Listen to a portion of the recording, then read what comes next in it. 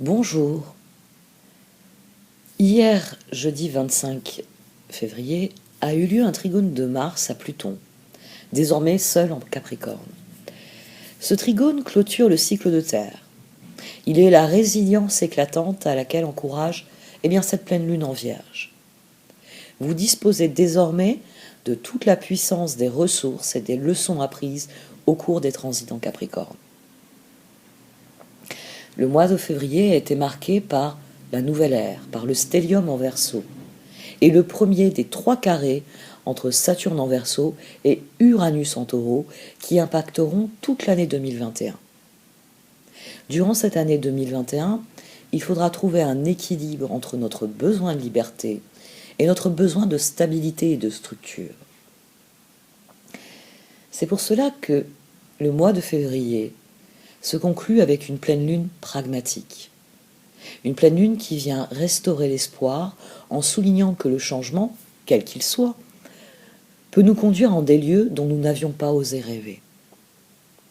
En effet, cette pleine lune nous offre les capacités de la Vierge à se connecter à son soi supérieur, à écouter les besoins de son corps et à suivre son cœur tout en restant ancré dans le quotidien. C'est un moment idéal pour dissiper le brouillard en s'attachant aux détails. Avec la Vierge, il s'agit de se concentrer sur ce que nous devons faire et comment nous pouvons être plus efficaces pour atteindre nos objectifs, pour rétablir la clarté, définir un plan et se rendre là où nous voulons aller. Avec cette pleine lune, la Vierge, la Lune, nous demande: comment pouvez-vous tirer parti des changements qui se sont produits sur votre chemin?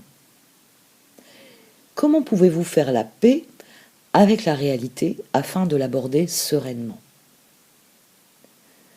Comment une meilleure gestion du temps peut-elle vous aider à atteindre vos objectifs? Le côté pratique de la Vierge. Par ailleurs, la pleine lune est portée par le sextile du Soleil en Poisson à Uranus en Taureau, d'autant plus bénéfique que la Lune, dans le même temps, forme un trigone à ce même Uranus en Taureau. Uranus en Taureau, qui est le dirigeant du Verseau, où se trouve cet énorme stellium, où s'est trouvé cet énorme stellium, il se fragmente, ça y est. En fait, cette pleine lune accueille littéralement les changements. C'est le pragmatisme de la Vierge. Les changements sont nécessaires, ils créent les évolutions. Les changements permettent d'aller vers ses objectifs. Comment tirer parti de ces changements? Et ce qui est formidable avec cette pleine lune, Mercure est redevenu direct, avec cette pleine lune, quelque chose est amené à la lumière, apportant une nouvelle perspicacité, une clarté dans la réflexion, dans le ressenti de la réalité. Des pièces du puzzle tombent définitivement à leur place.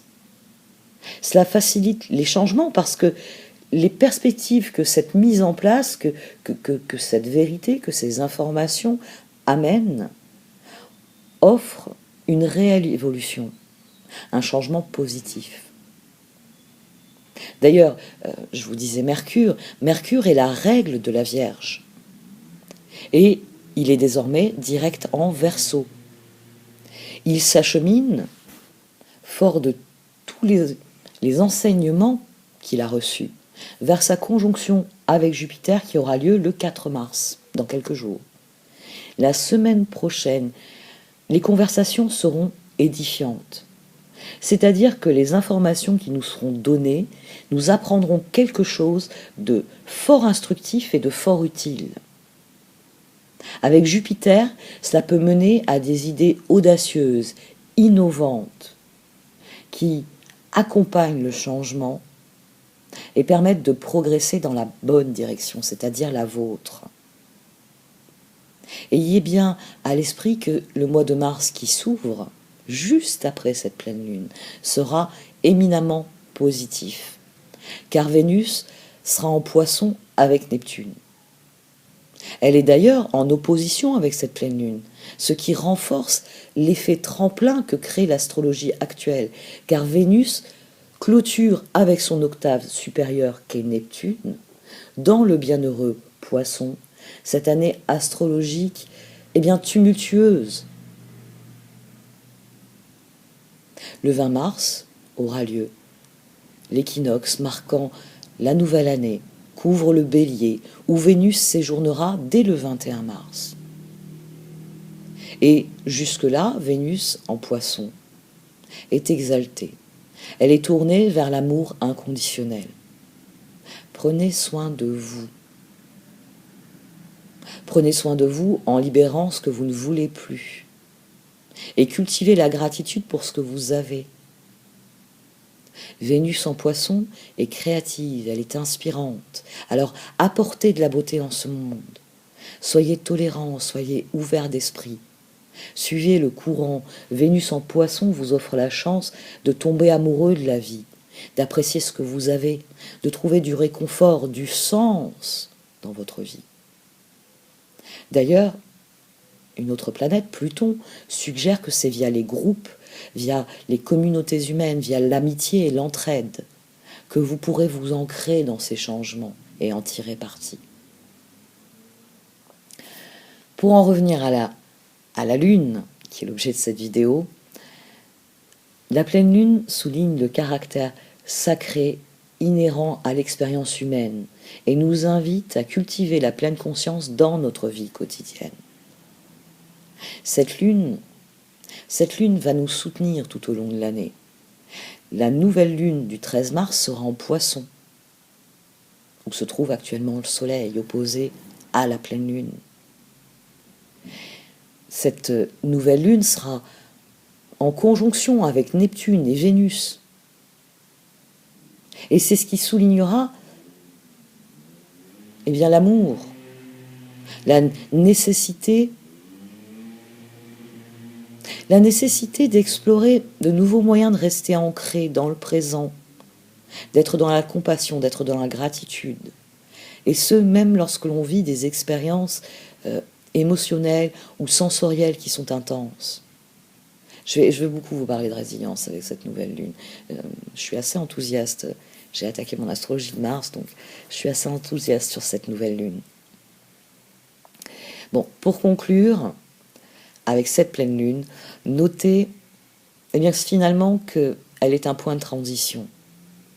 Parce que les énergies changent. Et entre le 1er et le 8 mars, vous allez le sentir parce que le Soleil mettra au carré les nœuds lunaires qui sont en Gémeaux et en Sagittaire.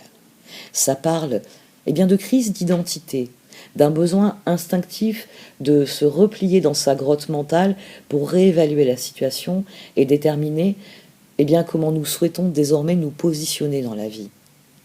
Vous l'avez compris, l'astrologie actuelle parle de changement, parle d'évolution positive. Et si je souligne tous ces faits, c'est pour bien vous faire comprendre. Et Vénus et Neptune vont sans doute m'y aider. Mercure aussi. Je retrouve une certaine aisance avec cette pleine lune en Vierge et avec ces énergies qui se propagent sur la Vierge. Oui, comprendre que vous êtes la personne la plus importante, que vous devez vous sentir épanoui dans votre vie, et que si ce n'est pas le cas, il faut saisir cette occasion de remédier à cela, de faire des changements qui vous conviennent, qui vous permettent d'être pleinement vous-même. Prenez grand soin de vous. Je vais vous parler à présent de ce que le tirage de Qumran peut soigner. À tout de suite. La question de Qumran résonne magnifiquement avec cette pleine lune pragmatique de la Vierge qui fait face aux 6 rêveurs poissons. Et la question est la plus émotionnelle qui soit. Qui es-tu ? Cette carte vient parler de notre moi authentique, de notre âme, de notre conscience supérieure. C'est souvent une question qui gêne, une question qui dérange, quand elle est posée par quelqu'un d'extérieur, mais aussi quand nous nous la posons devant un miroir. Pourtant, le moment est venu de vous regarder dans ce miroir, de percevoir qui vous êtes réellement. Et c'est possible si vous vous accordez ce que souvent vous ne donnez qu'aux autres, un regard compréhensif. Regardez-vous dans un miroir comme un étranger et demandez-vous qui es-tu, et laissez parler votre cœur. C'est le moment de prendre conscience de votre juste place, de votre place dans ce monde, de l'harmonie qui est la vôtre, qu'elle soit déjà mise en œuvre ou que le moment soit venu, et bien de l'accepter, de l'accueillir. Parce qu'être pleinement soi-même, c'est être en harmonie avec soi-même. Et c'est en étant en harmonie avec soi-même qu'on est en harmonie avec son environnement. C'est en étant pleinement conscient de nos ressources. Et au sein de vos ressources, il y a autant ce que vous voyez comme des défauts, ce que vous voyez comme des problèmes, que ce que vous voyez comme des forces ou des qualités. Il n'est pas rare que bien, ce travail introspectif soit... C'est pas pour rien qu'il y a des psychanalystes. Il est parfois difficile de répondre à cette question. C'est dérangeant. Mais vous sortirez grandi. Commencez par donner vos qualités. Et voyez ensuite la réalité de vos défauts. Il s'agit d'être vous-même.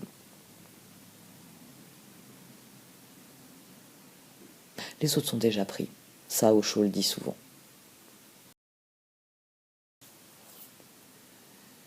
C'est assez frappant que l'obstacle soit le déni, parce que c'est une des méthodes pour refuser de se voir soi-même. Le déni, c'est nier la réalité. Très bien. Ça peut être nier sa propre conscience, sa propre essence. Ça peut être nier la réalité extérieure. C'est quelque chose de fréquent parce que nier la réalité, qu'elle soit intérieure ou qu'elle soit extérieure, peut protéger. C'est souvent pour se protéger que l'on nie la réalité. Mais le problème, c'est que la réalité est faite de vérité. Ici, la carte parle de Dieu, c'est un oracle qui est tourné vers Dieu. Chacun... Je suis très pragmatique sur le sujet. Je laisse chacun avec ses dieux, avec son Dieu. Je discute avec les miens, c'est très bien. C'est notre rapport à Dieu est quelque chose de personnel.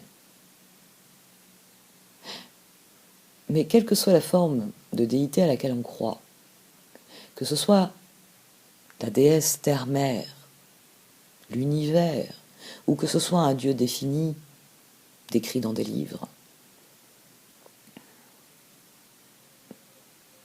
il y a une loi universelle qui transcende toutes les croyances, toutes les foi. C'est la loi universelle de vérité. Vous pouvez nier la réalité. Vous pouvez croire en tout ce que vous désirez. Mais, quoi qu'il arrive, la vérité reviendra toujours dans votre vie. Vos croyances ne pourront pas empêcher, eh bien, la vérité de parvenir en haut de l'escalier. Que ce soit un escalier intérieur ou que ce soit un escalier extérieur.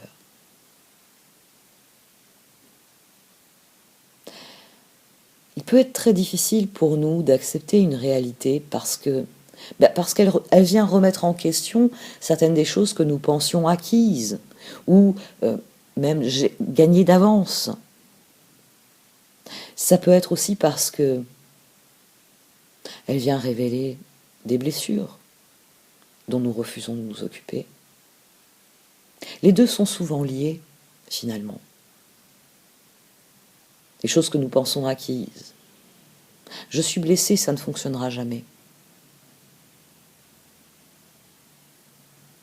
Les choses que nous pensons gagner d'avance. Je vais y arriver de quoi qu'il m'en coûte. Mais non, justement. Qu'est-ce qui vous coûte tant? Pourquoi cela vous coûte? À chaque fois que vous êtes tenté par le déni, demandez-vous où est la vérité. À chaque fois que vous êtes tenté par le déni, demandez-vous quelle est la blessure. Demandez-vous qui vous êtes. Qui es-tu? La première question. Parce que quand on souhaite s'épanouir, il s'agit d'être pleinement authentique, d'être pleinement soi-même, de se sentir à sa place et de voir les choses pour ce qu'elles sont réellement, dans la vérité, dans la lumière. Parce que le déni nourrit le doute, nourrit les échecs, nourrit le ressentiment, nourrit la douleur. Parce que voir quelque chose de carré, quand c'est carré, et quelque chose de rond quand c'est rond, vous permet de déterminer à quoi peut servir ce carré et à quoi peut servir ce rond. C'est quelque chose de microscopique, mais c'est un premier pas vers la vérité. Parce que ce que vous appliquez à un simple objet, il s'agit de l'appliquer dans toute votre vie.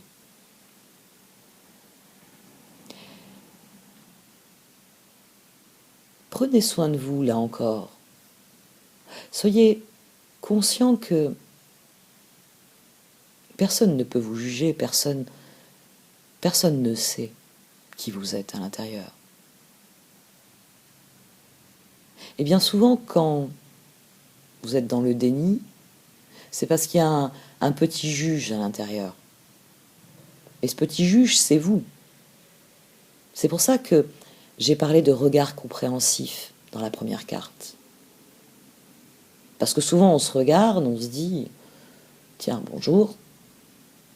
Et puis ça va être, t'as des cernes, t'as l'air fatigué.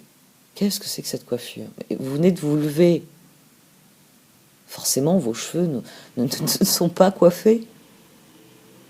Vous n'avez pas encore bu un verre d'eau, vous n'êtes pas encore débarbouillé. Forcément, vous avez la mine chiffonnée.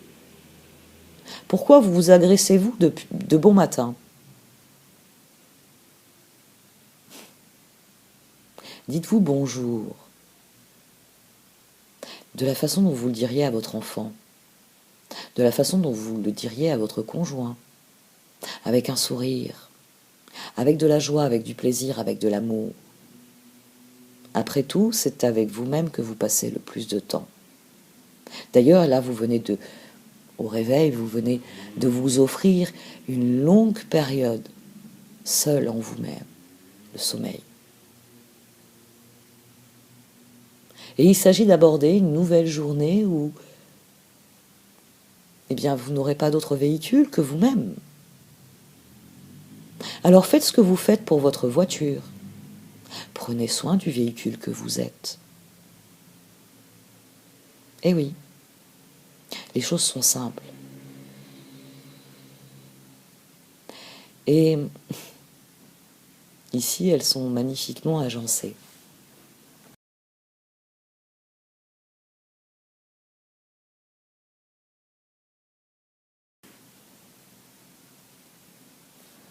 En voyant la carte de ressources, la contemplation, j'ai eu un temps d'arrêt. Je me suis dit, mais la première parle d'authenticité, la deuxième met en garde contre le contraire de l'authenticité. Dans Qui es-tu, on vous encourage à trouver votre vérité, et l'obstacle, bien sûr, c'est de nier cette vérité. Et la contemplation. Cette carte vient souligner que l'action est bénéfique et créative. Mais elle vient ici souligner l'importance de la pleine conscience, de la méditation, de la nécessité de s'accorder des moments de tranquillité et de solitude pour se tourner vers soi. C'est une carte qui vous dit que quotidiennement vous devez vous demander comment est-ce que je me sens, et puis comment va le monde. Commencez par le plus important, vous-même. Puis le plus beau, le monde. Cette réponse m'a vraiment interpellée et a teinté mon discours sur la question et sur l'obstacle, parce que la solution qui vous est proposée ici, c'est l'occasion de se poser les questions essentielles que développent les deux premières cartes. La contemplation, c'est le moyen d'accéder à l'essence de notre être et de nos ressentis. Et c'est ainsi qu'on peut dresser un portrait de notre réalité, de notre authenticité propre, et de notre réalité pleine et entière, sans déni. Et c'est ainsi que, par la suite, vous saurez comment passer à l'action. Cette carte vous encourage à être comme la Vierge dans cette pleine lune, à vous montrer pragmatique. Le changement, l'évolution sont des choses quotidiennes. Certains cycles sont courts, certains cycles sont plus longs. Comment pouvez-vous tirer parti des changements qui se sont produits sur votre chemin ? Il s'agit de comprendre comment vous pouvez faire la paix avec la réalité. Et c'est ainsi que vous l'aborderez sereinement. C'est en étant dans la réalité, dans la vérité, et non plus dans le déni. Qui suis-je ? Contemplez la personne que vous êtes. Vous voyez comme revient le regard compréhensif. Parce que c'est ce que m'a dit la contemplation.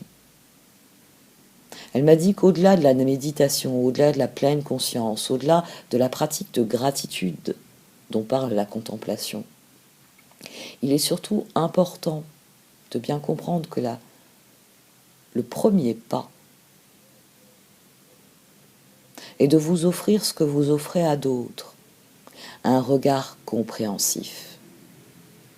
Bien souvent, vous regardez une personne et vous vous dites « oui, mais c'est parce qu'elle a vécu ça ». Vous lui trouvez des excuses, entre guillemets. Vous trouvez des motivations qui expliquent même les comportements que vous estimez néfastes ou toxiques. Pourquoi ne vous accordez-vous pas la même latitude ? Pourquoi ne dites-vous pas, quand vous vous voyez, j'ai des cernes parce que je travaille trop. J'ai des cernes parce que je perds trop de temps dans des tâches qui m'empêchent de me ressourcer, qui m'empêchent de me reposer. La cause à effet que vous décelez si facilement chez un autre,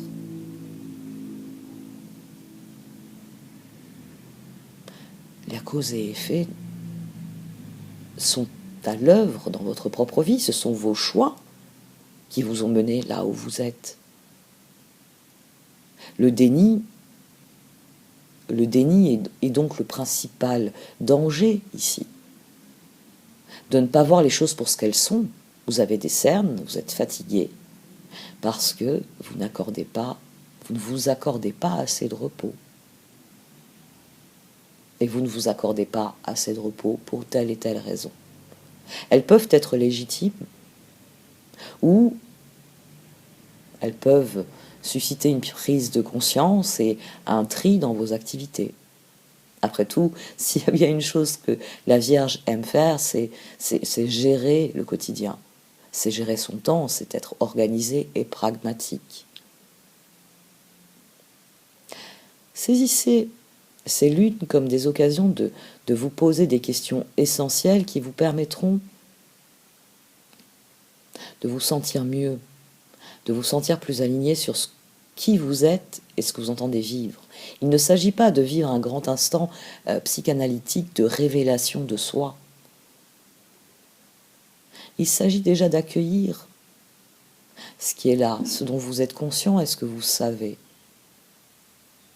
Puis de vous efforcer de vous comprendre vous-même comme vous comprenez les autres. Et l'une des meilleures solutions, c'est la contemplation, c'est la pleine conscience. Ce n'est pas, fuir qui vous êtes en ne regardant même pas le miroir, en expédiant vos préparatifs du matin, en vous ignorant vous-même, en ne vous donnant même pas la caresse sur la tête ou le bisou sur la joue que vous avez donné à d'autres personnes, avant même de vous occuper de vous-même.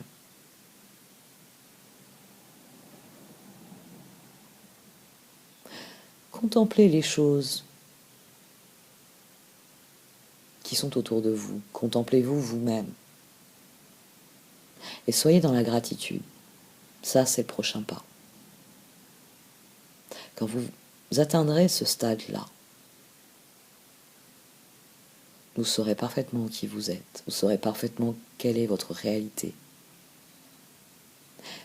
Parfois, je le reconnais, il faut du temps pour atteindre la gratitude. Je suis assez pragmatique. Avec tout ce que je viens de développer, il y a des chances pour que vous soyez déjà reconnaissante de l'excellente personne que vous êtes. Et que vous sachiez parfaitement comment devenir encore meilleur. Allez, j'arrête ce tirage ici. Merci de m'avoir écouté. Vous pouvez liker, commenter ou partager cette vidéo. Au revoir.